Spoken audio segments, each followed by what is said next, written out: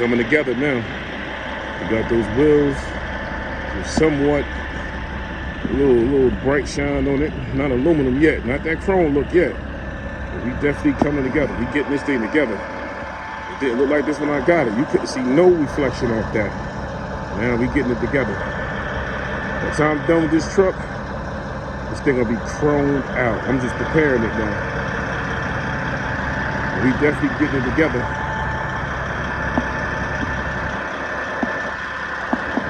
Get around to the front. We're gonna change this bumper tomorrow or Sunday when he bring the bumper up. About to put a 20-inch bumper on that.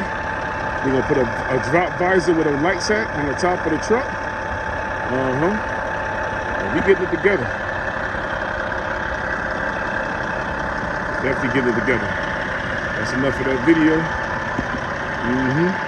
Look at them back wheels. They coming. I just gotta get through those tomorrow and get these fronts right here. I'm gonna have to work on those. I'm gonna really have to work on those fronts.